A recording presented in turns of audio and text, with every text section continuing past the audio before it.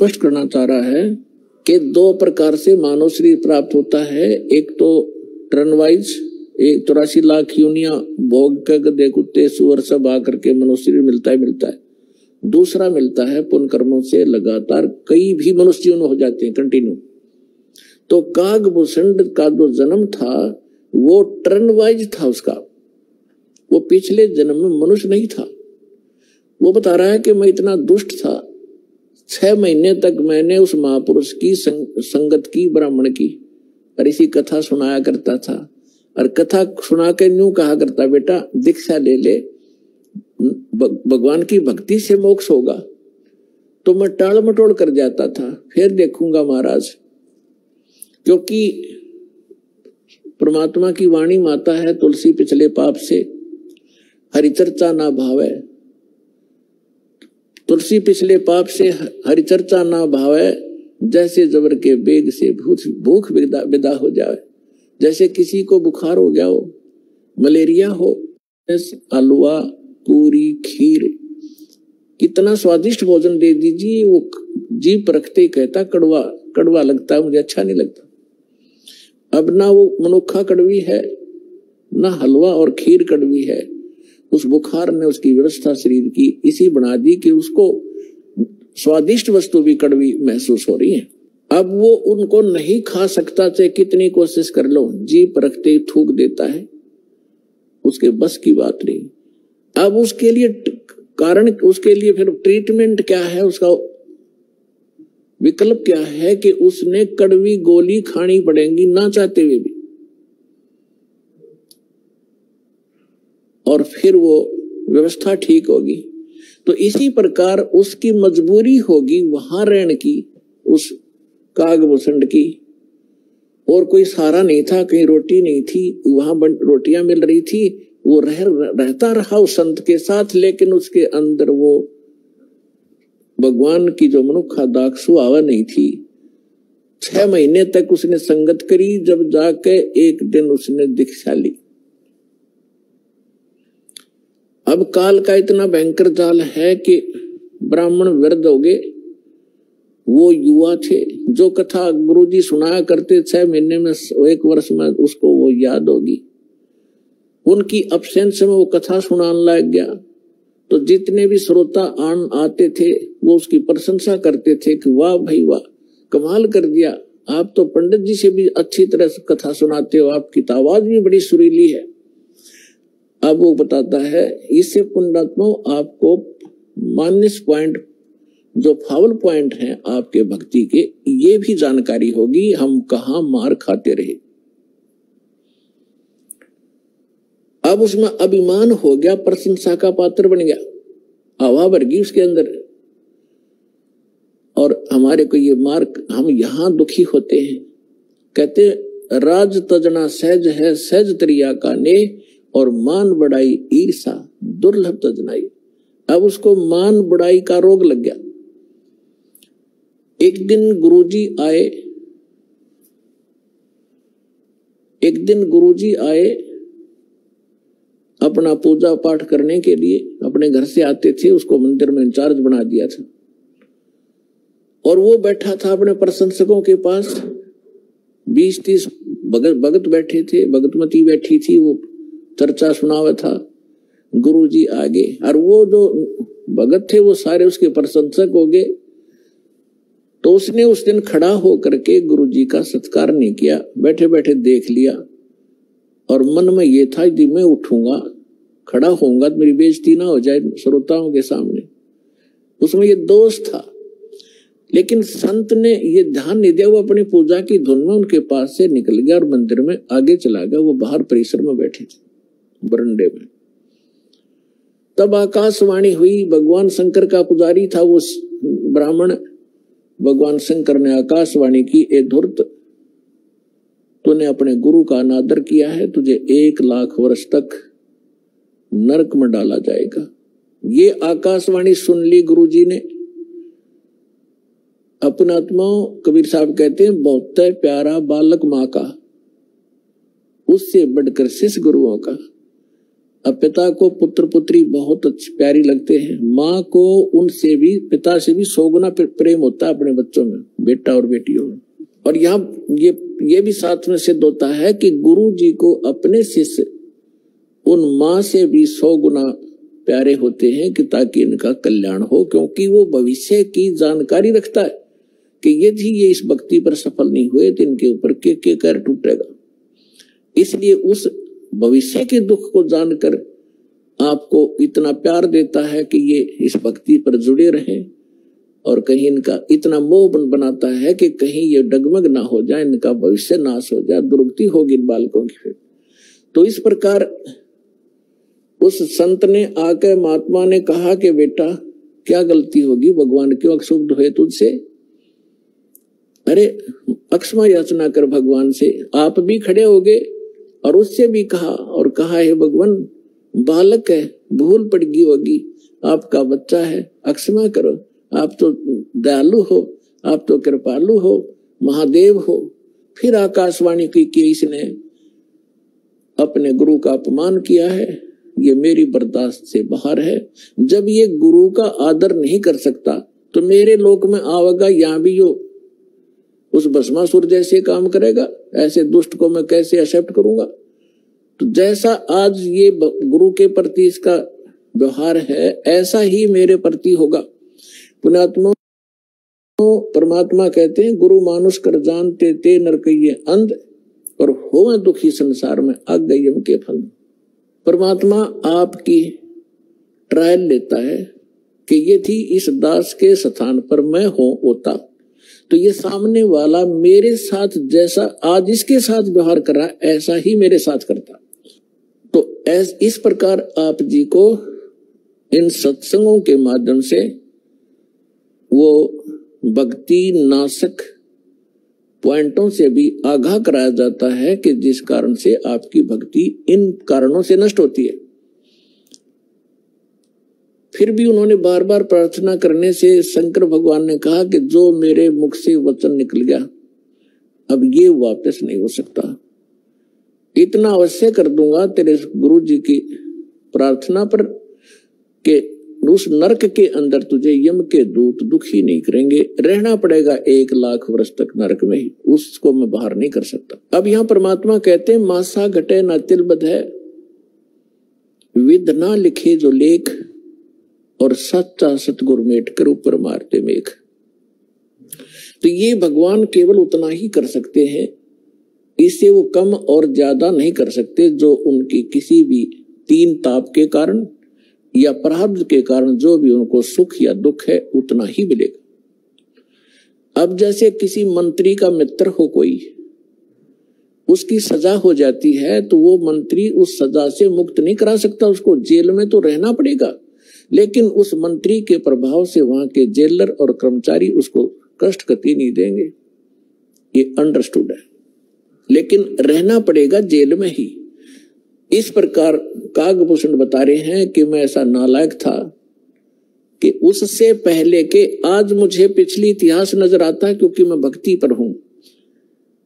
मैंने असंख्य जन्म खो दिए थे, जो टर्न वाइज मुझे असंख्यों जन्म मनुष्य के मिले, लेकिन भक्ति मैंने किसी भी जन्म में बीज नहीं बोया भक्ति का, और उस जन्म में मेरा भक्ति का बीज बो गया, और वो बीज बोने का, भक्ति का बीज पड़ने का कारण मेरे परिवार का नाश होना था। अगर वो परिवार नाश ना होता, वो परिवार के वो तो अक्षेत्र ही नाश हो गया था, तो वो मेरे लिए वरदान सिद्ध हो गया। आज मुझे महसूस हो रहा है वो कष्ट ना आता तो मैं उस जन्म में भी भक्ति नहीं करता, इतना नीच था। अब कागभूषण कहता है, उसके बाद मेरा 1 लाख वर्ष के बाद फिर पुनः जन्म हुआ, भक्ति की कसक मेरे अंदर फिर भी बनी रही। मैंने एक लोमस ऋषि के साथ वाद विवाद कर दिया भक्ति के ऊपर, उसने श्राप दे दिया, रे चंडाल, तेरा चंडाल के घर जन्म होगा, काग चंडाल के। तो कहता है कि मेरे मन, जब गुरुजी ने मुझे ऐसा क्रोध से वचन बोला, मेरे को क्रोध नहीं हुआ, मैं समझ गया कि बात बिगड़ गई। मेरे मन में क्रोध नहीं आया, ना दुख हुआ, मुझे एहसास हुआ कि मेरे से भारी गलती बन गई। तो मैंने उनके तरफ करबद्ध होकर के हाथ जोड़ के ऐसे मायूस सा बनकर कहा कि हे ऋषि जी, जन्म तो दास को कहीं दे देना, पर एक वरदान भी दे दो कि मेरे भक्ति भूल ना पड़े। तो उसने कहा भाई ठीक है, तेरा जन्म तो होगा चंडाल का, लेकिन ये आशीर्वाद दे देता हूं कि भक्ति बनी, तेरा याद बनी रहेगी भगवान की। तो फिर काग चंड के घर ये जिसका जन्म हुआ, पूरा इतिहास बता रखा परमात्मा ने अपने सूक्ष्म वेद में। ब्रह्मा जी का वाहन है हंस, उसकी हंसनी को ब्रह्मा जी की पत्नी सावित्री उसको गर्भ धारण कराने के लिए काग चंड के घर लेगी। उनके संयोग से फिर कागभूषण का जन्म हुआ। ऊपर से मुंह काग का है, नीचे शरीर देवताओं जैसा है। फिर ये कहता है कि गरुड़ जी उसके बाद जो नेक्स्ट जन्म मेरा चंडाल के घर हुआ कागभूषण नाम से, उस जीवन में मेरे भक्ति की कसक, जबरदस्त कसक बनी रही। मैं घूम रहा था, भटक रहा था, गुरु भी बना रखे थे, ऋषियों के पास भी गया था और भक्ति भी कर रहा था। उसी दौरान मुझे एक जोगजीत नाम के महापुरुष मिले। उन्होंने मुझे सतलोक और सचखंड और बहुत आगे की जानकारी दी और उन्होंने मुझे एक ऐसा मंत्र दे रखा है, उसका जाप करता हूं और मेरी बहुत लंबी उम्र उन्होंने बख्श दी है। तो पुण्यात्माओं, वो जोगजीत कौन थे? ये वो परमात्मा है कबीर साहब, हमारे परम पुरुष। ये भिन्न भिन्न रूप बना के भिन्न भिन्न नामों से यहाँ आते हैं और अच्छी आत्माओं को मिलते हैं, उनको भक्ति से युक्त करते हैं। तो जो प्रसंग चल रहा था कि जैसे आप पूर्व जन्म के पुण्यकर्मी प्राणी हो, उनको मनुष्य जीवन मिला है, तो वो आज भी भक्ति की कसक आप में विद्यमान है, आप भटक रहे हो। और कुछ ऐसे व्यक्ति हैं एक ही घर में, एक तो इस ज्ञान को सुनते ही भाग लेता है और दूसरे को समझाने की चेष्टा करते हैं तो भी वो नहीं मानते हैं, विरोध करते हैं। तने देवी देवता छोड़ दिए, तने बैठा बैठा दिया है, देवता रुष्ट हो जाएंगे, ये हो जाएगा, नुकसान हो जाएगा, या वो भक्ति करते ही नहीं है। तो इसका कारण बताया परमात्मा ने। कबीर साहब कहते हैं, सठ दिल दोनों दीन का, दिल में दोष न धार, सतगुरु का कोई एक है, यू काल का सब संसार। जैसे कोयल जो होती है, ये कोयल अपना अलग से घोंसला बनाकर अंडे नहीं पैदा करती, क्योंकि अलग से वो अंडे देती है तो कौवे उसको खा जाते अंडों को। वो ऐसे सूझबूझ से अपना काम निकालती है। जो मादा काग कौवी कहीं अंडे उत्पन्न कर देती है, उस ताक में रहती है, और जब वो कभी बाहर जाती है अपना आहार करने के लिए, चुग्गा चुगने के लिए, तो पीछे से उसी के घोंसले में अंडे उत्पन्न कर देती है। अब वो कभी वापस आती है तो वो 2 के स्थान पर 4 अंडे पाती है, लेकिन वो समझ नहीं पाती है तेरा कौन सा है, दूसरा कौन सा है। तो उन सभी को वो उसको परिवर्ष कर देती है, उनसे बच्चे निकाल देती है और उनमें उसका अपना सा मोह हो जाता है। और वो कोयल सामने देखती रहती है, उनके आसपास रहती है कि कब ये बच्चे उड़ने योग्य हों और फिर इनको मैं साथ ले जाऊं। जब वो देख लेती है कि ये बच्चे कुछ दूर तक उड़कर वापस आने लगे हैं, तब दूर वृक्ष पर बैठकर अपनी बोली बोलती है, कुहू कुहू की। जो कोयल के बच्चे होते हैं वो उस आवाज से प्रभावित होते हैं और ऐसे चारों तरफ देखते हैं, उस आवाज के साथ वो खींचे चले जाते हैं। और जो काग वाले होते हैं उनका असर भी नहीं होता, वो अपने बैठे ऐसे ही, वो उड़कर चल पड़े। कोयल वाले काग वाले वहीं रह गए। अब कोयल कभी दौड़ती है, उड़ती है पीछे पीछे उनके साथ कि मेरे बच्चे गए, तो कोयल और दूर चली जाती है, कुहू कुहू करती हुई उड़ती हुई, तो बहुत दूर निकल जाती है। कभी वापस आ जाती है कि कहीं पीछे ये बच्चे तो गए सो गए, कहीं पीछे वालों को हानि ना हो जाए, उनको छोड़कर वह वापस आ जाती है। तो कोयल वाले बच्चे अपनी माँ की बोली पहचान कर उसके साथ चले जाते हैं और काग वाले वहीं रह जाते हैं। घर घर के अंदर आज ऐसी स्थिति हो चुकी है जो परमात्मा के पूर्व जन्म के संस्कारी हंस हैं, परमात्मा की इस बोली को, कोयल की बोली को सुनते ही फड़क गए और भाग लिए सतलोक आश्रम की ओर। और वो भी अगर शाने नहीं हुए हैं विषम जोगे, जो शेष रह रहे हैं, ये भी हो सकता है, तो वो भी अगर कोयल के होंगे तो अवश्य सतलोक आश्रम बरवाड़ा में आना पड़ेगा उनको। तो ठीक इसी प्रकार पिछले संस्कार प्रारंभ से ये सब आपका पिछले संस्कार से आपको सब वस्तु प्राप्त हो रही है, लेकिन आगे की भी तैयारी करवानी है।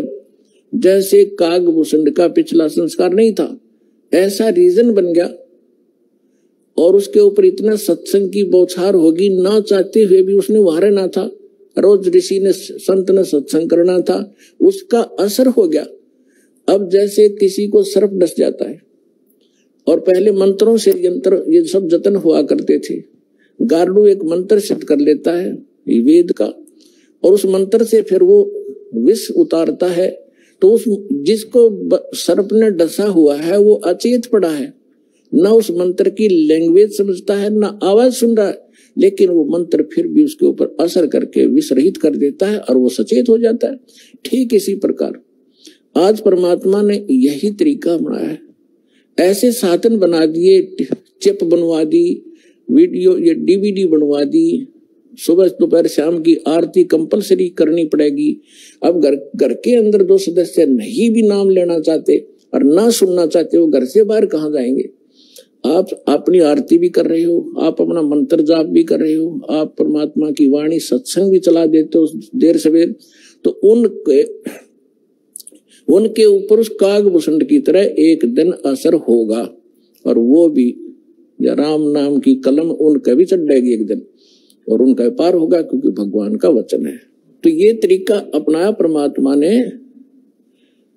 परमात्मा और काल की एक बार परमेश्वर ने बताया कि हमारी काल के साथ वार्ता हुई थी, इसने मुझे चापलूसी करके वचनबद्ध कर लिया था कि 3 युगों में जीव, जब परमात्मा ने कहा था कि मैं नीचे के लोकों में जाके तेरी वास्तविकता बताऊंगा सभी प्राणियों को कि तू भगवान नहीं है, तू काल है, इनको खाता है, इसलिए तो इनको जन्मता और मारता है, पैदा करवाता और मारता है, असली भगवान कोई और है, वहां जाने का तरीका मैं बताऊंगा, ऐसा गुप्त मंत्र मैं लेकर आया हूं। तब काल ने पैर पकड़ लिए, बहुत ज्यादा जो है प्रार्थना की, परमात्मा ने स्वीकार की। इसने कहा कि भगवान 3 युगों में जीव ना ले जाना, कम ले जाना थोड़े थोड़े, और चौथे युग में कलयुग में कितने ही जीव ले जाना, इतनी दया मेरे पर कर दो।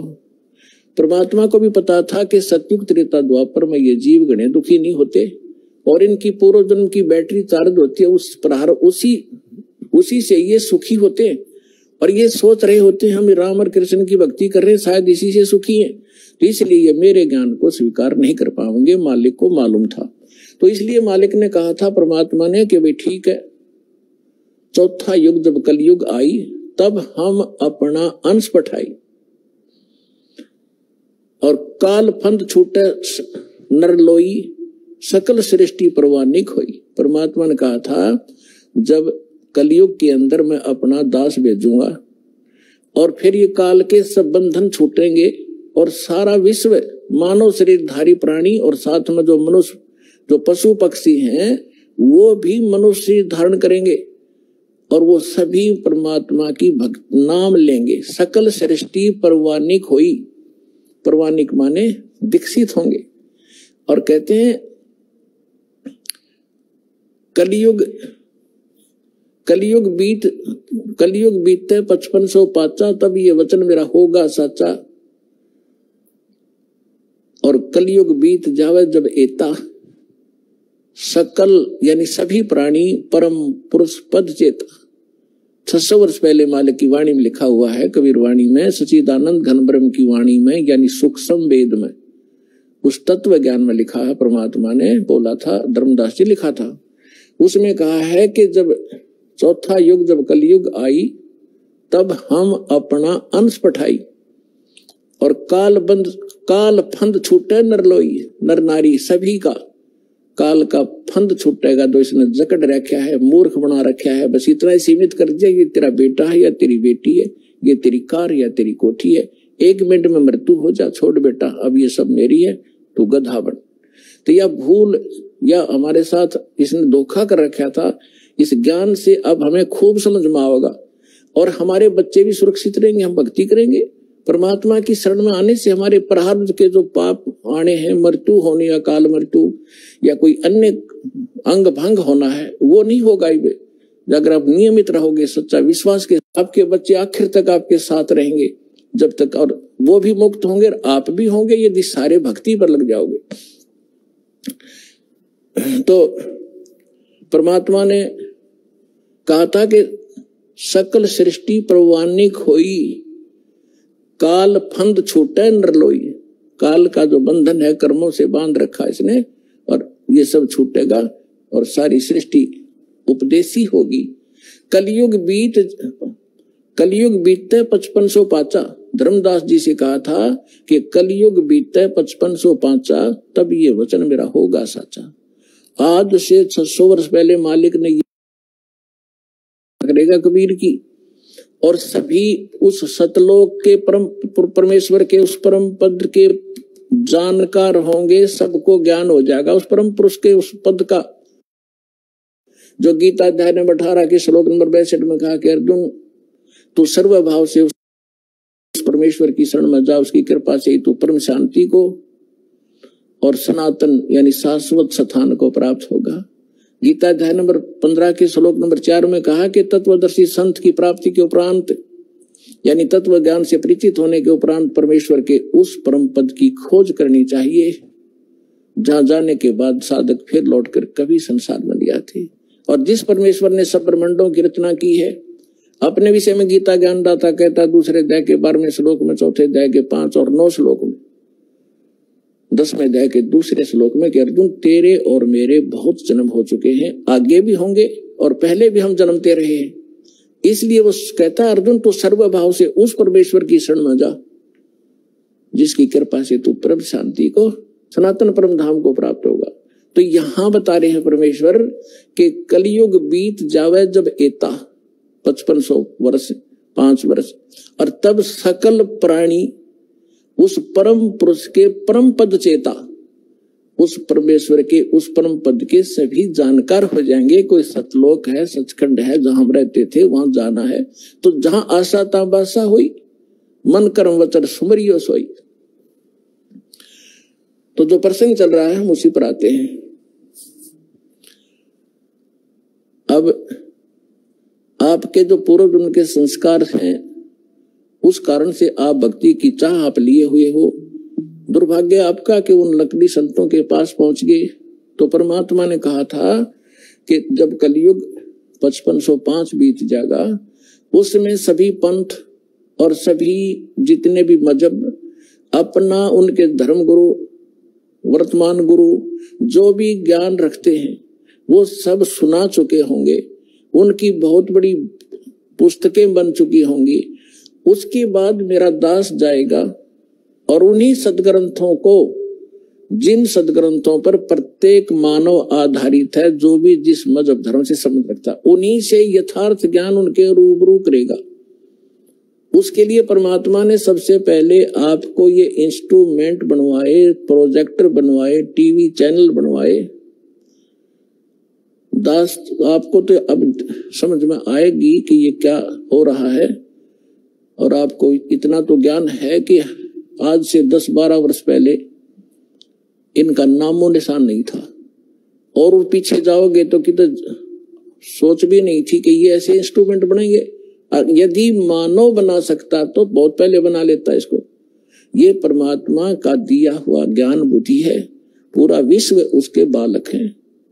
कहीं से भी इसने किसी क्षेत्र से, पृथ्वी के किसी कोने से भी इंस्ट्रूमेंट किसी भी अपने बच्चे से बनवाया, ये गॉड गिवन माइंड है, मानव जीव सत्र का ये नहीं बना सकता। ये इसलिए बनवाया दाता ने, पहले आपको शिक्षित किया। अब इस दास का जन्म 1951 में हुआ, तब तक शिक्षा का कोई नामो निशान नहीं था, इक्का दुक्का की तो पढ़ा करता कोई। और उसके बाद एकदम बाढ़ सी आ गई, इतने आकर्षित हुए, कारण कुछ भी बिना, चाहे रोजी रोटी के लिए सबने डिवोट कर दिए अपने बालक, 20-20 वर्ष तक बेटा बेटी पढ़ो पढ़ो, और मालिक ने दया करनी थी कि इसका सदुपयोग करेंगे। फिर ये इंस्ट्रूमेंट आपके सामने है, सदग्रंथ आपके रूबरू कर रहा है दास, और उनका निष्कर्ष निकाल के परमात्मा के ज्ञान से तोल रहा है। तो इस मानुष जीवन का मूल उद्देश्य यही है कि आप भक्ति करके यहाँ से पीछा छुटवाओ, और जिस परिवार को आप सुखी और धनी देखना चाहते हो वो भी भगवान से ही हुआ करता है। भगवान आपको दोनों काम करेगा, यहाँ भी सुख देगा और मोक्ष भी मिलेगा। अब ऐसा कौन अनजान होगा जो इस अवसर ने चूकेगा? अब सभी इस बात को स्वीकार करेंगे। तो प्रसंग अब चल रहा था कि हम जब सतलोक से आए, हम धनी थे भक्ति के। इस काल भगवान ने अपने ऊपर रेस्टोरेंट बना रखे, स्वर्ग महास्वर्ग। प्रत्येक जो भी देव है उन देवों के अपने लोक हैं अलग से, जैसे विष्णु लोक, शिव जी का लोक, ब्रह्मा जी का लोक और गणेश जी का लोक, ऐसे। तो वहां इन्होंने अपने रेस्टोरेंट बना रखे। वहां जो विष्णु जी का पुजारी वहां जाएगा, उसने जितने पुण्य किए हैं, भक्ति की है भगवान की, तो उसका टैक्स लेगा वो उस रेस्टोरेंट में 10%, किसी ने 20% उसकी पुण्य कमाई से, और वहां सब सुविधाएं उनको देंगे जैसे होटल में होता है। पैसे उसी के होंगे, खर्च पुण्य उसी के होंगे। उन पुण्यों से भी 10-20% वो ये देवता हम आपसे टैक्स लिया करते हैं। और जब आपकी वहां पूंजी समाप्त हो जाएगी, पुण्य समाप्त होती है, आपको 84 लाख योनियों में गधे कुत्ते जो भी संस्कार वश है वहां भेज दिया जाएगा। और अब हम जो सतलोक कैसे जाएंगे? हमारी भक्ति शास्त्र अनुकूल ना होने से हमारे पूर्व जन्म के जो संस्कार थे वो सतयुग त्रेता द्वापर में अक्षीण हो गए। अब चौथा युग जब कलयुग आ गया, अब इसमें आप देख रहे हो कोई प्राणी सुखी नहीं है, कोई भी सुखी नहीं है। चाहे ऊपर तो आपने कितना चिकना चोपड़ा दिखता हो और चाहे प्रधानमंत्री दिखाई देता, उसको चैन सपने में नहीं है। कोई ना कोई ऐसी टेंशन उसके घर करी हुई है कि वो बता भी नहीं सकता किसी को। तो इसलिए परमात्मा को ये मालूम था कि जब इनके पुण्य क्षीण हो जाएंगे तब इनकी आंखें खुलेंगी। ये वो भक्ति भी करके छक लेंगे, उन संतों के पास भी भटक कर छक लेंगे जिनको ये संत मानते, और फिर भी ये ज्यों के त्यों रहेंगे। तब हमारे दास के पास आएंगे, और वो ऐसा मंत्र समर्थ के पास वो पावर है कि आपके संस्कार प्रारब्ध के दुख को भी, प्रारब्ध के संस्कार को भी वो चेंज कर सकता है। मासा घटे न तिल बधे, विद ना लिखे जो लेख, और सच्चा सतगुरु मेट के ऊपर मार दे मेघ। अब सतगुरु ना मिलने से भेड़ पूछ को पंडित पकड़े, बादो नदी बिहंगा, गरीब दास वो भव जल डूबे, जिनको नहीं साध सत्संगा। कबीर इस संसारे को समझाऊं के बारे, ये पूछ पकड़ के भेड़ की और उतरा चावे पारे। साधना तो नकली कर रहे और इंतजार कर रहे सुख होने की और मोक्ष की। कहते हैं सन से शोक सराय में सुतक दिन राती, और जीवित जग में जूती पड़े फिर जम तोड़े छाती। सत साधना ना करने से हमेशा आपके संशय और शोक, ये दुख सदा बने रहेंगे, और जीवित जग में जूती पड़े यहाँ नरे कष्ट भोगोगे, और फिर जम तोड़े छाती, यम के दूत आगे फिर बहुत दुखी करेंगे जो सत साधना नहीं कर रहे। तो यहाँ क्या बताते हैं परमात्मा? फिर अब जो साधना आप कर रहे थे वो शास्त्र विरुद्ध थी, और जिन भगवानों पर आप सीमित थे वो भगवान कंप्लीट नहीं थे, वो स्वयं नाशवान है, उनकी जन्म मृत्यु होती है। लेकिन सतगुरु मिलने से तत्व ज्ञान का हमें प्रकाश होता है, उसके आधार से फिर हम अपने उस मार्ग पर चलते हैं। कबीर साहब कहते हैं, पीछे लग गया जाऊं था मैं लोक वेद के साथ, रस्ते में सतगुरु मिल गए वो दीपक दे दिया हाथ। लोक वेद दंत कथा जैसा सुना सुनाए ज्ञान से हम साधना कर रहे थे। उसी के आधार से हम चल रहे थे। हम अपने ऊपर उदाहरण देकर हमें समझा रहे कि पीछे लग गया दाऊं था मैं लोक वेद के साथ, रास्ते में सतगुरु मिल गए और दीपक दे दिया हाथ। ये तत्व ज्ञान रूपी टॉर्च दे दी, लालटेन दे दी। अब इसकी रोशनी में हम गड्ढों में, बोझड़ों में, कांटों में नहीं जाएंगे। इसके प्रकाश से हम सुमार्ग पर चलकर मंजिल पर पहुंच जाएंगे। अब हम आप बताते हैं जो आज प्रसंग शुरू किया था कि हम यहाँ किस लिए जन्मे हैं, हमारा उद्देश्य क्या है, हम क्यों जन्म मर रहे हैं। हम अपने बच्चों के लिए, अपनी संपत्ति के संग्रह करने के लिए सारा जीवन न्यौछावर कर देते हैं और हमारे सामने या तो कोई बच्चे की मृत्यु हो जाती है या स्वयं ही हम चले जाते हैं। तो उस समय हमारी बुद्धि काम करने योग्य नहीं रहती, केवल हाहाकार, रोना पीटना, अब क्या होगा, बच्चों का क्या होगा, कहाँ जाऊंगा। तो इतनी सी बात समाई रह जाती है। तो यहाँ परमात्मा हमें याद दिलाते हैं कि अब आपको एक विकल्प दिया जा रहा है कि आप ये साधना करो जो शास्त्र अनुकूल है, और शास्त्र अनुकूल साधना इस दास के अतिरिक्त इस विश्व में नहीं है। कुछ दिनों में बुद्धिमान हो, आपके रूबरू सारा ज्ञान होगा।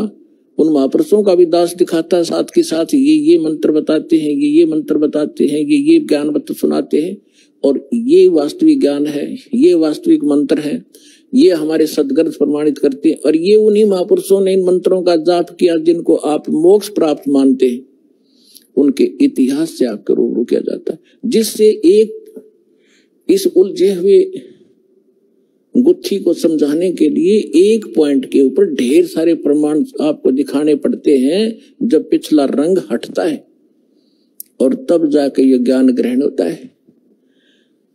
तो जो प्रसंग चल रहा है कि हम जैसे कई भक्त कह देते हैं कि आपके जैसे कबीर पंथियों से हमारे भक्त मिलते हैं, या राधा स्वामी वालों से, धन धन सतगुरु वालों से, ये ही ज्यादा भगवान उस सतलोक का ठेका ले रहे हैं कबीर पंथी। और ये वो नकली कबीर पंथी, कबीर पंथी हो तो फिर तो बात खत्म हो जाती। पंथ माने मार्ग, वे जो भगवान ने रास्ता बताया कबीर साहब ने, वो कबीर पंथ है, वो कबीर के जी के द्वारा दिया गया मार्ग है, वो कहते हैं कबीर पंथी। अब जैसे यहाँ हिसार से जा रहे हैं इस सिरसा की ओर और कह रहे हैं हम दिल्ली की ओर जा रहे हैं, हमें दिल्ली जाना है, हम दिल्ली पंथी हैं, तो उनको कौन समझावे कि कह रहे हो तुम दिल्ली पंथी, जा रहे हो सिरसा पंथी, जा रहे हो सिरसा की ओर और कह रहे हो हम दिल्ली जा रहे हैं। तो कहते हैं कबीर पंथी और जा रहे हैं काल के पंथ पर। तो वो परमात्मा वाला ज्ञान नहीं और वो सत भक्ति नहीं, तो वो कबीर पंथी नहीं है। वैसे अब इनका छाप लगी कबीर पंथ की, तो कहना पड़ा है उनको समझाने के लिए कि वो व्यक्ति है जो गलत साधना कर रहे।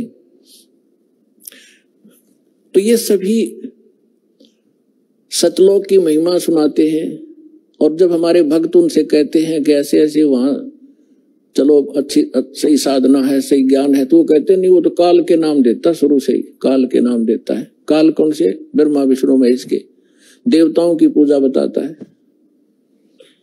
पुण्यात्माओं, ये ज्ञान का टोटा है। जब ज्ञान संपूर्ण होगा तब आपको पता चलेगा कि ब्रह्मा विष्णु महेश ये अलग नहीं कर सकते हम इनको। जैसे श्रीमद् भगवद गीता अध्याय नंबर 15 के श्लोक नंबर 1 से लेके 4 में एक विशेष विवरण है कि ये ऊपर को जड़ और नीचे को तीनों गुण रूपी शाखा वाला उल्टा लटका हुआ एक संसार रूपी वृक्ष समझ लो, और इसकी तीनों गुण रूपी शाखा है। इतना गीता ज्ञान दाता केवल इतना नॉलेज रखता है कि ऊपर ने तो जड़ समझो, और जड़ वो दृढ़ है, वो अविनाशी पोर्शन है जो मूल है इस संसार रूपी वृक्ष का, और उस मूल मालिक है जो जड़ है, उसी से सबको, उसी का वो सभी का धारण पोषण भी वही करता है, क्योंकि पूरे वृक्ष को, पेड़ को जड़ से ही आहार प्राप्त होता है, खुराक मिलती है। गीता अध्याय नंबर 15 के श्लोक नंबर 16 और 17 में 3 पुरुष बताए, सरपुरुष, अक्षर पुरुष और 17वें श्लोक में कहा कि उत्तम पुरुष है तो अन्य सरपुरुष अक्षर पुरुष से कोई और है उत्तम पुरुष श्रेष्ठ भगवान, और वही तीनों लोकों में प्रवेश करके सबका धारण पोषण करता है। अब इन 2 श्लोकों का लिंक अब उन प्रथम के 4 श्लोकों से है 15वें अध्याय के। तो इसमें बताया कि उल्टा लटका एक संसार रूपी वृक्ष है, और जो तत्वदर्शी संत की पहचान बताई है कि जो इस संसार रूपी वृक्ष के सभी विभागों को भिन्न भिन्न बता देगा, स वेदवित, वो तत्वदर्शी संत है। चौथे अध्याय के 34वें श्लोक में जो तत्वदर्शी संत के विषय में कहा है कि उसकी शरण में जा, उससे पूछ, वो उसकी पहचान बता दी कि उल्टे लटके संसार रूपी वृक्ष के सभी पार्ट्स बता देगा, सवेदवित, वो तत्वदर्शी संत है। तो 600 वर्ष पहले परमात्मा स्वयं आए थे, और गीता अध्याय नंबर 4 के श्लोक नंबर 32 में जो कहा है कि वो सच्चिदानंद घन ब्रह्म अपने मुख कमल से अमृतवाणी बोलता है, वो तत्व ज्ञान है, वो निष्कर्ष है सारे अध्यात्म का, और वो तत्वदर्शी संत के ही पास होगा और मिलेगा नहीं तुझे। तो यहाँ परमात्मा ने 600 वर्ष पहले उस तत्वदर्शी संत की भूमिका जैसी उनकी लीला है वो किया ही करते हैं। जैसा दास ने अभी वेदों के प्रमाण आपको बताए थे, रेफरेंस बताए थे, उनमें यही लिखा हुआ कि परमात्मा ऊपर रहता, ऊपर के लोक में, सतलोक में, वहां से चल कर आता सह शरीर, और यहाँ 3 प्रकार से के सतीथि से हमारा धारण पोषण करता है। एक तो आपको बता सतलोक में रहता है, जब वहां तो उनका शरीर बहुत तेजों में होता है, करोड़ सूर्य मिला दे, करोड़ चंद्रमा एक रोमकूप की उनकी शोभा होती, इतना तेज है। दूसरा, प्रत्येक युग में शिशु रूप धारण करके आते हैं, और एक जल कमल के ऊपर है, यानी कमल तो जल में ही होता है, सरोवर में आकर वो अपना निवास कर लेते, शिशु रूप धारण करते हैं, वहां से वो ये निसंतान दंपत्ति उठा ले जाते हैं, और उनके परवरिश की लीला कुंवारी गायों से होती है। ये तो है प्रथम। फिर धीरे धीरे बड़े होते हैं तो बचपन से ही वो अपनी महिमा अपने मुख कमल से, लोकोक्तियों के माध्यम से, दोहों के माध्यम से, शब्दावलियों के माध्यम से वो ज्ञान प्रचार करते हैं, कवियों की तरह आचरण करते हैं, लोग उनको कवि भी कहने लग जाते हैं। एक प्रसिद्ध कवियों में से भी एक होते हैं वो, लेकिन वो होते हैं परमात्मा। अब तीसरी स्थिति वो बताई है कि वो परमात्मा, तीसरी स्थिति में वो कभी भी कहीं भी किसी को संत रूप में, महापुरुष के रूप में आकर दर्शन देते हैं, उनको ज्ञान सुनाते हैं, अपने से परिचित कराते हैं। तो तीसरी स्थिति वाले महापुरुषों में से दास आपको बहुत बार बताते हैं, आदरणीय धर्मदास साहिब जी को मिले, आदरणीय मुल्कदास साहिब जी को मिले, आदरणीय नानक देव साहिब जी को मिले, आदरणीय दादू साहिब जी को मिले, आदरणीय मुल्कदास साहिब जी को मिले, आदरणीय गरीबदास साहिब जी गांव छुड़ानी जिला झज्जर हरियाणा वाले को मिले, आदरणीय घीसा दास साहिब जी गांव खेखड़ा जिला बागपुर हो गया उत्तर प्रदेश वाले को मिले, आदरणीय रामानंद जी, स्वामी रामानंद जी ब्राह्मण थे, 104 साल के, जो परमात्मा उस दूसरी टाइप की लीला कर रहे थे, शिशु रूप धारण करके 5 वर्ष की आयु में लीला कर रहे थे। 104 वर्ष के ब्राह्मण को सब वेदों और गीता से पराजित कर दिया था। तब उस महापुरुष ने परमात्मा की शरण ली थी, उनको सचखंड लेकर गए थे। इन सभी महापुरुषों को अपने से परिचित कराया था कि मैं कौन हूं, जो तुम्हारे वेद बताते हैं मैं वही हूं, और मैं ऊपर रहता हूं, वहां से चल कर आता हूं और यहाँ ज्ञान देता हूं। तब उन महापुरुषों ने स्वयं देखा सचखंड में जाकर, फिर वहां पे छोड़ा उनको। तब रामानंद जी ने कहा था, तुम साहेब तुम संत हो, तुम सतगुरु तुम हंस, और गरीबदास तेरे रूप बिना और न दूजा अंश। तुम ही साहेब हो, तुम ही सतगुरु हो। साहेब तो भगवान हो ही, आप सच्चा ज्ञान देने वाले सतगुरु भी आप ही हो, और आपके अंदर एक भगत के लक्षण है। आप जैसे परमात्मा आए थे कबीरदास, हमारे लिए एक रिहर्सल करके छोड़ गए कि यहाँ बकवाद नहीं चलेगी, जितना अधीन होगे भगवान उतना निकट आपका होगा। अधीनी के पास है वो पूर्ण ब्रह्म दयाल, मान बड़ाई मारियो बेअदबी सरकार। हमें सब परमात्मा भक्ति के लक्षण भी बता के गए हैं, और उनसे होने वाली हानियों का भी परिचय दिया है, और किस प्रकार आपकी भक्ति नष्ट होती है वो भी जानकारी दी है, और कैसे सुरक्षित रहेगी। जैसे माता गर्भ को रखे यत्न बनाए, ठेस लगे तो छन होवे तेरी ऐसे भक्ति जावे। पुणात्मा, जब आपको इस भक्ति की कीमत का पता चलेगा, जैसे किसी बहन को गर्भ रहा हो माँ को, और फिर उसको पता उसको कैसे रात को भी चिंता रहती है कि कहीं मेरा बालक मेरा बच्चा खराब ना हो जा, ऊंचे नीचे में पैर ना रखा जा, रात में करवट लेते समय भी एकदम उधड़क के पड़ेगी कि जब बच्चे का दाब ना गिरगी हो, तब वो गर्भ रूपी लाल को वो सफल करती है। इसी प्रकार परमात्मा बताते हैं, जैसे माता गर्भ को रखे यत्न बना और ठेस लगे तो वो खराब हो जा तेरी, ऐसे भक्ति न साव। तो इस भक्ति के अंदर आपने मर्यादा गढ़नी जरूरी है, सावधानी। अब परमात्मा ने आपको सत भक्ति भी मिल गई, दास भी मिल गया, आपके अंदर भक्ति प्रवेश भी कर दी। अब उस लाल को आपने सुरक्षित रखना पड़ेगा। जरा सी लापरवाही में वो बात भक्तिहीन हो जाओगे, फिर वहीं की वहीं फिर स्टार्ट होगी नए सिरे। तो इससे इतना डर के इस भक्ति को सफल करो। अब जो प्रसंग चल रहा है कि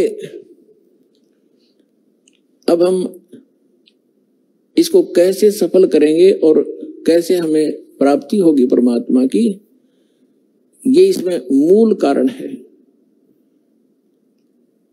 अब हम तो कई जैसे प्रसंग चल रहा था कि हम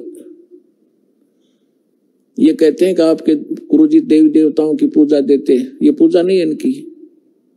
जैसे आप जी को बताया था कि जैसे पति भर्ता लड़की होती है, वो उस पूरे परिवार में अगर प्रेम से रहती है तो बहुत अच्छी भाग्यवान कहलाती है। नौका अपने पति से किसी तो ढंग से बोलूं नहीं, किसी से बात नहीं करूं, इसे रोटी पाऊंगी, इसे कपड़े धोऊंगी, तो वो कलह का कारण बनेगी। तो वह पति भर्ता होते हुए भी वह नकमी है।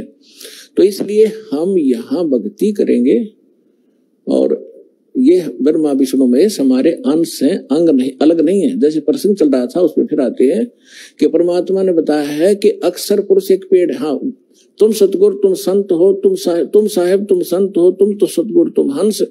अब रामानंद जी ने कहा है कि तुम ही भगवान हो और तुम ही सतगुरु हो, सच्चा ज्ञान देने वाले।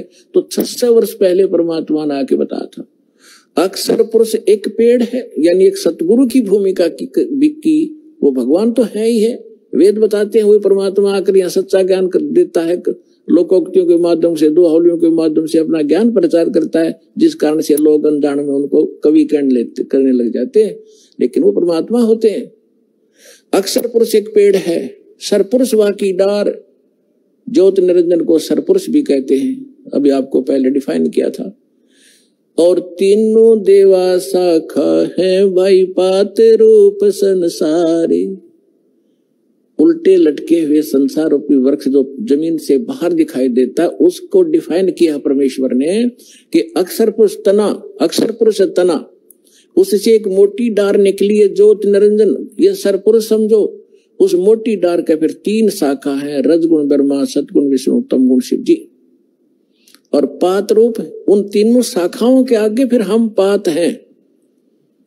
अब यहाँ एक तो ये जो इनकी धारणा और सोच गलत है, उसको दास क्लियर करना चाहता है कि जैसे हम कोई भक्ति रूपी पौधा बोएंगे, यानी कोई पौधा लाए आम का और उसको जड़ की तरफ से बोना चाहिए, समझदारी है गड्ढे में, और जड़ की सिंचाई करनी चाहिए। तो जड़ की सिंचाई हम करेंगे तो वो तना भी, पौधा, डार भी और टहनी भी बड़ी होंगी, वो पेड़ बनेगा। और हमने क्या कर रखा है कि हमने पौधा उल्टा रोप लिया भक्ति रूपी, हमने ब्रह्मा विष्णु महेश इन शाखाओं को इष्ट मान लिया और इनको गड्ढे में डाल दिया, इनको तो गड्ढे में डाल लिया, जड़ कर दी ऊपर ने, और हम सिंचाई करने लगे इनकी। आपको एक चित्र दिखा देता हूं, जल्दी समझ में आ जाएगी। ये देखिएगा,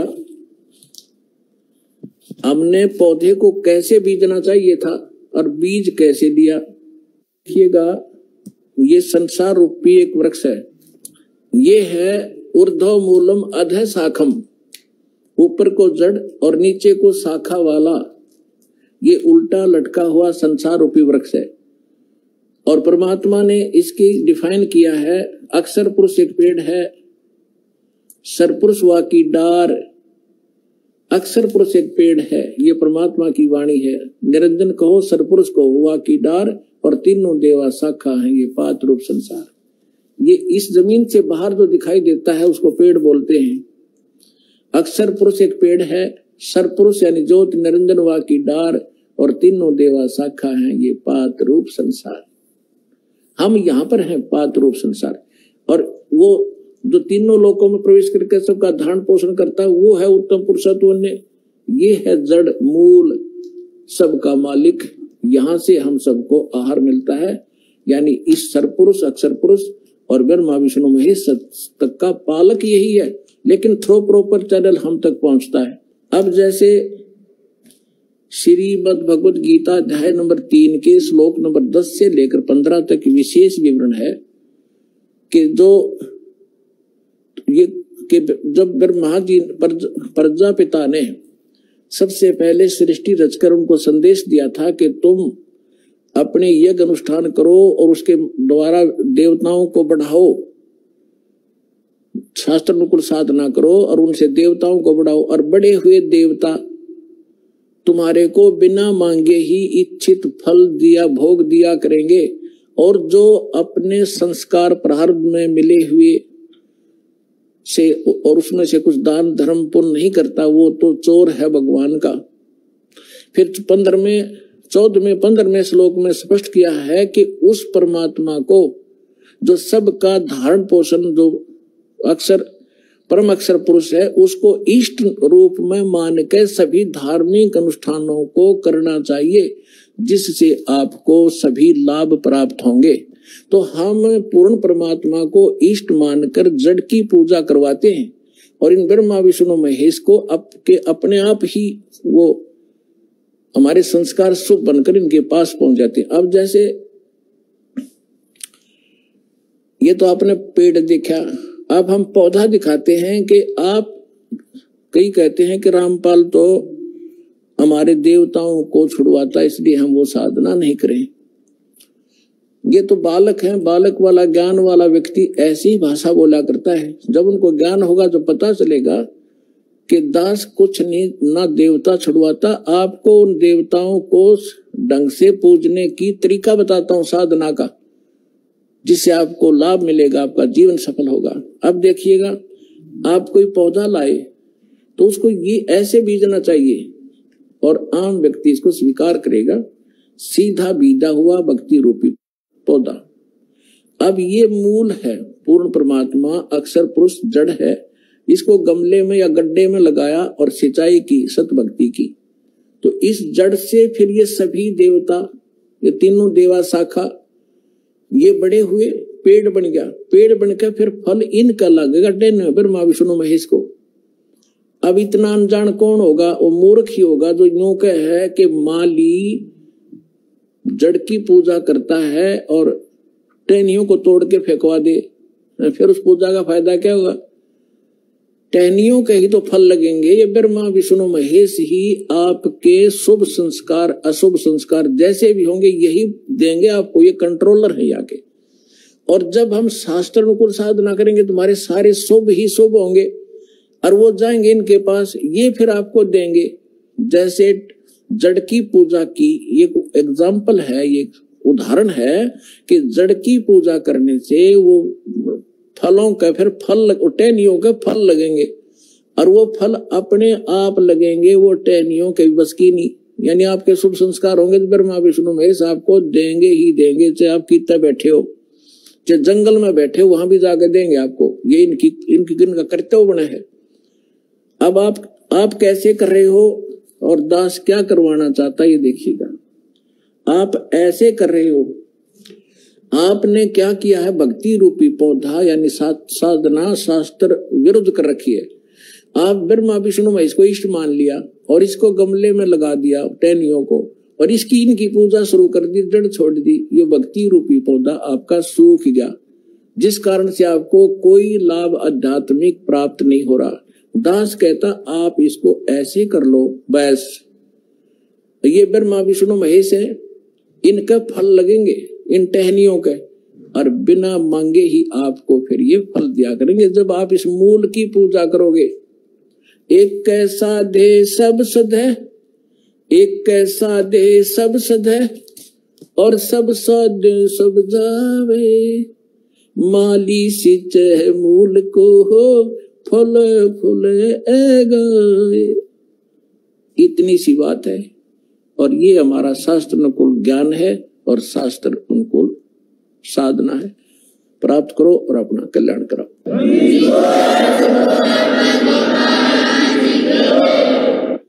पुण्यात्माओं, सौभाग्य आपका, आपको ये अमृत वचन, ये तत्व ज्ञान सुनने को मिला और परमात्मा की दया हुई। न इस काल के कोलों में हमारे दादे मर गए, परदादे मर गए उसी परिवार पोषण में, और ये यहाँ तक लाने का कारण भी परमात्मा ही आपको मेर कर रहा। सत्कर मान लेना, ना एक कदम भी इधर नहीं चलने दे। काल इतना दुष्ट है, आपके ऊपर परमात्मा की मेर बड़ी नजर न्यारी है जो यहाँ पहुंच रहा है। ये सत्कर मान लेना।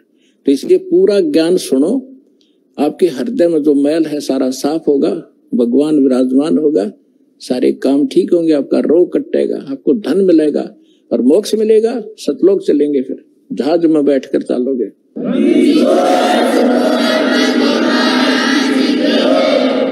आइए अब हम उन श्रद्धालुओं के अनुभव जानते हैं जो जगत गुरु तत्वदर्शी संत रामपाल जी महाराज जी से दीक्षा प्राप्त कर चुके हैं तथा उनके द्वारा बताए गए भक्ति मार्ग पर चल रहे हैं। सर नमस्कार। नमस्कार सर। सर क्या नाम है आपका? मेरा नाम कैलाश दास है जी। सर कहाँ से आए आप? मैं दयालपुर करामल नगर दिल्ली से आया हूँ।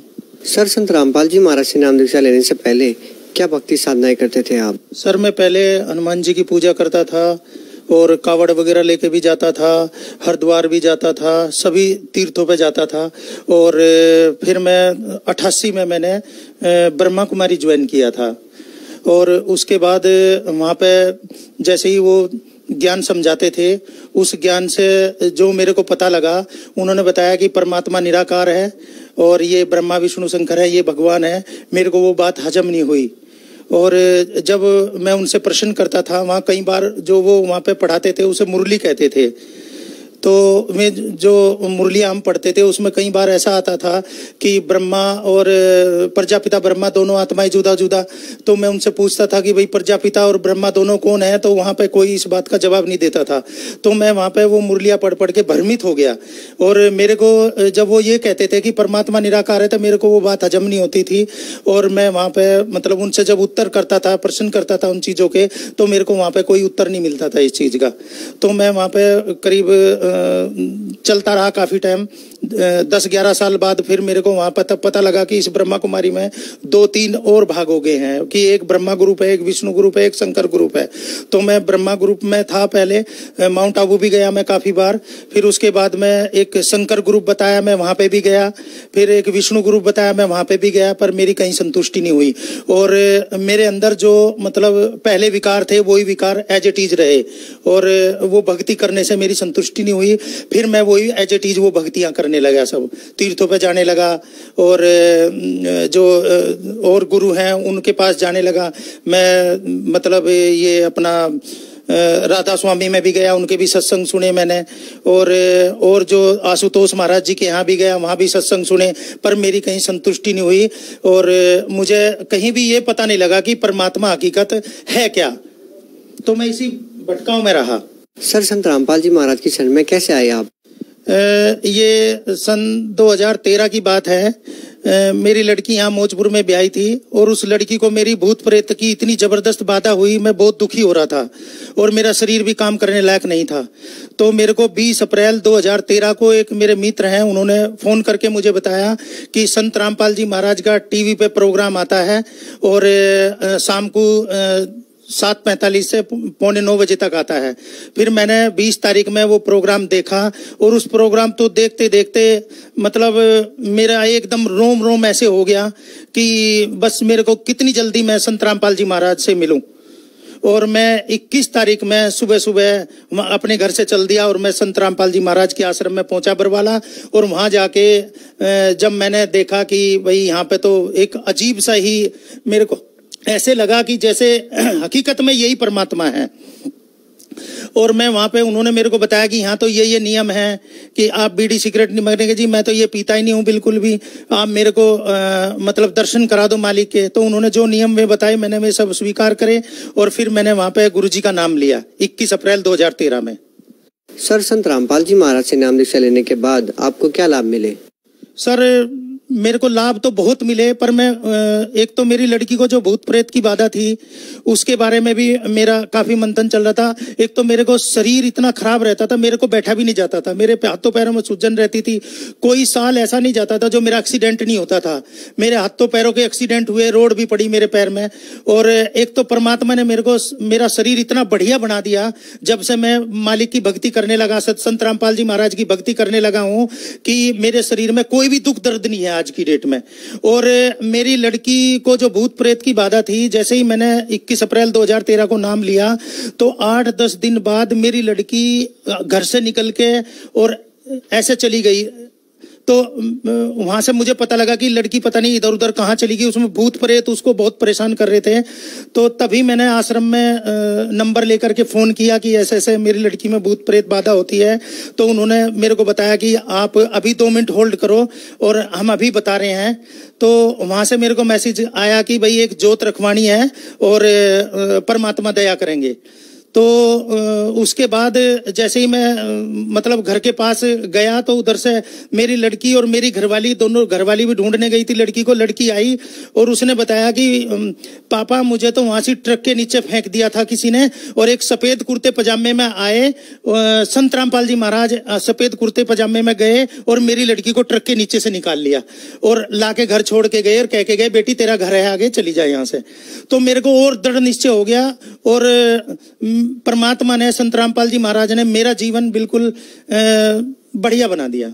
सर एक मेरे जीवन में ये तड़फन थी, 20 साल के करीब मैं ब्रह्मा कुमारी ज्वाइन किया हुआ हूँ और उसमें जो 3 ग्रुप हैं उनमें भी सब में देखा। एक तो मेरी तड़फन ये थी कि वो सब कहते थे कि परमात्मा निराकार है। एक तो मेरा ये शंका समाधान हो गया कि परमात्मा साकार है और उसकी रचना भी साकार है, जिसकी रचना साकार वो साकार क्यों नहीं होगा।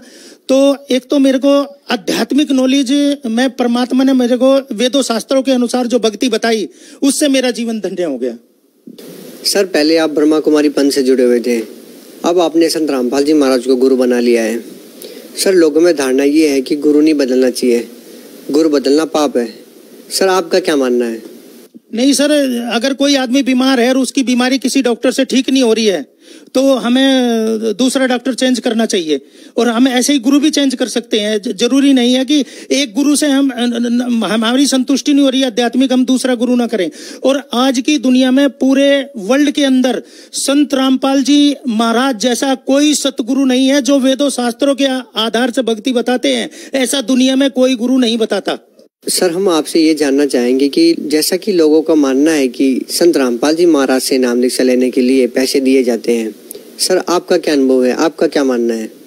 ये सब झूठ है सर, और ये प्रेस वालों ने वहाँ बात गलत फैलाई गई है। वहाँ पे 1 भी रुपया नहीं लिया जाता है, ना वहाँ कोई ऐसी नियम बना हुआ है कि जो गुरुजी से नाम लेगा उसको कोई दक्षिणा या कोई फीस दी जाएगी। वहाँ निःशुल्क नाम दान दिया जाता है। सर हमने सुना तो ये भी है कि संत रामपाल जी महाराज अन्य धर्मगुरुओं की निंदा करते हैं, आप क्या कहना चाहेंगे? संत रामपाल जी महाराज किसी धर्म गुरु की निंदा नहीं करते हैं। संत रामपाल जी महाराज वेदों शास्त्रों के अनुसार हमें भक्ति बता रहे हैं, और जो और गुरु हैं और धर्म गुरु हैं वो वेदों शास्त्रों से भक्ति नहीं बताते हैं। इसलिए वो जब परमात्मा हमारे संत रामपाल जी महाराज वेदों शास्त्रों में से भक्ति बताते हैं कि भक्ति किसकी करनी चाहिए, कैसे करनी चाहिए, कैसे हमें उसका लाभ होगा, तो वो और जो धर्म गुरु हैं वो इस बात से चिढ़ते हैं और संत रामपाल जी महाराज का कोई भी जवाब नहीं देते। इसलिए उन्हें घृणा होती है संत रामपाल जी महाराज से। संत रामपाल जी महाराज वेदों शास्त्रों के अनुसार भक्ति बताते हैं और वेदों शास्त्रों के अनुसार भक्ति करने से ही हमें मोक्ष मिल सकता है, और कोई रास्ता नहीं है मोक्ष का। सर हम आपसे एक और बात जानना चाहेंगे कि संत रामपाल जी महाराज अभी जेल में है, उसके बाद भी आप संत रामपाल जी महाराज के दर्शन के लिए हिसार जाते हैं। सर आप क्यों हिसार जाते हैं? आप घर पर बैठकर भक्ति क्यों नहीं करते? संत रामपाल जी महाराज अभी जेल में है, आप लोगों का अभी भी वैसा ही भाव है। सर आप लोगों को कैसा लगता है? सर जो संत रामपाल जी महाराज हैं, पहली तो बात दुनिया के हिसाब से वो जेल में है, हमारे हिसाब से जेल में नहीं है संत रामपाल जी महाराज। संत रामपाल जी महाराज पूर्ण ब्रह्म हैं और हमारे भगवान हैं। जहाँ संत रामपाल जी महाराज रहते हैं हमारा वही धाम है। हमारे लिए वो आज की डेट में जेल नहीं है, और संत रामपाल जी महाराज हकीकत में जेल में नहीं है, हमारे दिलों में रहते हैं। जितने भी संत रामपाल जी महाराज के भगत हैं उन सब के दिलों में संत रामपाल जी महाराज बसते हैं। और जो सतगुरु है वो कभी जेल में नहीं होता है, वो तो उनकी एक लीला है। उस लीला को सारे संसार में इस ज्ञान को समझाने के लिए, इस ज्ञान को फैलाने के लिए परमात्मा ये लीला कर रहे हैं। जो इस ज्ञान को नहीं समझ रहे उनके लिए जेल है, हमारे लिए कोई जेल नहीं है, हमारे लिए वो धाम है। सर, जो लोग संत रामपाल जी महाराज से जुड़ना चाहते हैं वो संत रामपाल जी महाराज से कैसे जुड़ सकते हैं, उनके लिए क्या व्यवस्था है? जो टीवी पर हमारा जो संत रामपाल जी महाराज का प्रोग्राम आता है उस पे एक पीली पट्टी आती है नीचे टीवी पर, उसमें जो नंबर है उन नंबरों पे अगर हम फोन करेंगे, उन नंबरों पे जो फोन करेंगे वहां से एक ज्ञान गंगा बुक निःशुल्क दी जाती है और वहां पे फोन करके हम संत रामपाल जी महाराज से जुड़ सकते हैं। सर, संत रामपाल जी महाराज के अनुयायियों द्वारा दीवारों पर कुछ पोस्टर चिपकाए गए हैं, उन पे एक पर्सन लिखा हुआ है, पूर्ण संत की क्या पहचान है? सर, क्या है पूर्ण संत की पहचान? सर, ये परमात्मा की वाणी में एक लिखा हुआ है, अक्षर पुरुष एक पेड़ है, निरंजन वाकी डार, तीन देवा शाखा है, पात रूप संसार, कि जो इस कल्प रूपी वृक्ष को जड़ से लगाकर पत्तों तक, तनों तक एक्यूरेट बता देगा, वही तत्वदर्शी संत होगा, वही पूर्ण परमात्मा होगा, वही पूर्ण ब्रह्म होगा। सर, हिंदुस्तान में बहुत सारे धर्मगुरु हैं, आपने संत रामपाल जी महाराज से नाम दीक्षा क्यों ली? सर, मैंने जितने भी करीब करीब धर्मगुरु हैं कोई ऐसा नहीं छोड़ा है जिनका लिटरेचर या उनसे बाईफेस में ना मिला हूं, पर सभी ने ज्यादातर निराकार बताया परमात्मा को। एक संत रामपाल जी महाराज ऐसे हैं जो भगवान को साकार बताते हैं और वो स्वयंभू हैं परमात्मा। संत रामपाल जी महाराज जो ज्ञान देते हैं वेदों शास्त्रों से टेली करा के ज्ञान देते हैं, और परमात्मा साकार है न कि निराकार है, और वो परमात्मा स्वयं आकर के सारे वेदों शास्त्रों का सार समझाते हैं और सारी दुनिया को बताते हैं कि परमात्मा साकार है, और आकर के मोक्ष का रास्ता बताते हैं। सर, कुछ लोगों का मानना है कि संत रामपाल जी महाराज के शिष्य अंधभक्ति के तहत उनसे जुड़े हुए हैं। सर, आप लोगों के विचार में अंधभक्ति में और भक्ति में क्या डिफरेंस है? जो सतगुरु रामपाल जी महाराज ने जो हमें भक्ति बताई है वो वेदों शास्त्रों के अनुसार बताई है, और जो धर्म गुरु हैं दुनिया के वो शास्त्रों के अनुसार भक्ति नहीं बताते हैं। जो शास्त्रों के अनुसार नहीं बताते वो अंधभक्ति है, और जो शास्त्रों के आधार से भक्ति बताते हैं वो भक्ति है। सही भक्ति वो है मोक्ष की। जो संत रामपाल जी महाराज वेदों शास्त्रों से बताते हैं वो भक्ति सही है। जो शास्त्रों के अनुसार नहीं बताते वो अंधभक्ति है। दुनिया उस पर लगी हुई है, उसका उनका कोई आधार नहीं है, उनको कोई मोक्ष का रास्ता नहीं पता है। संत रामपाल जी महाराज जो बताते हैं हमारे, वो शास्त्रों के अनुसार भक्ति बताते हैं, उसी से हमारा मोक्ष होगा। सर, अभी आपने कहा कि संत रामपाल जी महाराज की शरण में आए और अपना कल्याण करवाएं। सर, संत रामपाल जी महाराज तो अभी जेल में है, तो उनकी शरण में कैसे आए? हमारे जो टीवी पर संत रामपाल जी महाराज का जो प्रोग्राम चलता है उस पे नीचे पीली पट्टी पे जो फोन नंबर आते हैं, हम उन पे फोन करके संत रामपाल जी महाराज की नाम देने की व्यवस्था शुरू हो रही है, और वहां पर फोन करके हम नाम दीक्षा ले सकते हैं। सर, आपसे अंतिम क्वेश्चन पूछना चाहेंगे कि आप भगत समाज को क्या संदेश देना चाहते हैं? मैं भगत समाज को ये संदेश देना चाहता हूँ कि संत रामपाल जी महाराज की शरण में आने से ही मोक्ष मिलेगा। और जो आज समाज सब पढ़ा लिखा है, कोई अनपढ़ तो है नहीं, पर भगवान ने ये सारी शिक्षा स्टेम उतारी है। संत रामपाल जी महाराज जो हैं वो वेदों शास्त्रों के अनुसार भक्ति बता रहे हैं। जितने भी हमारे वेद हैं एक एक चीज खोल खोल के उनमें बता रहे हैं, और जो अंधश्रद्धा भक्ति वाले जो जितने भी गुरु हैं वो उस चीज को नहीं मान रहे हैं, वो किसी को देख करके चल रहे हैं उनके भगत। और जो जब संत रामपाल जी महाराज जो वेदों शास्त्रों से जो भक्ति बता रहे हैं उस भक्ति से ही हमारा मोक्ष होगा, अंधश्रद्धा से हमारा मोक्ष होने वाला नहीं है। तो इसलिए सभी भक्त समाज से मेरा हाथ जोड़कर अनुरोध है कि संत रामपाल जी महाराज की शरण में आइए और अपना मोक्ष कराइए। सर, बहुत बहुत धन्यवाद। सत्य।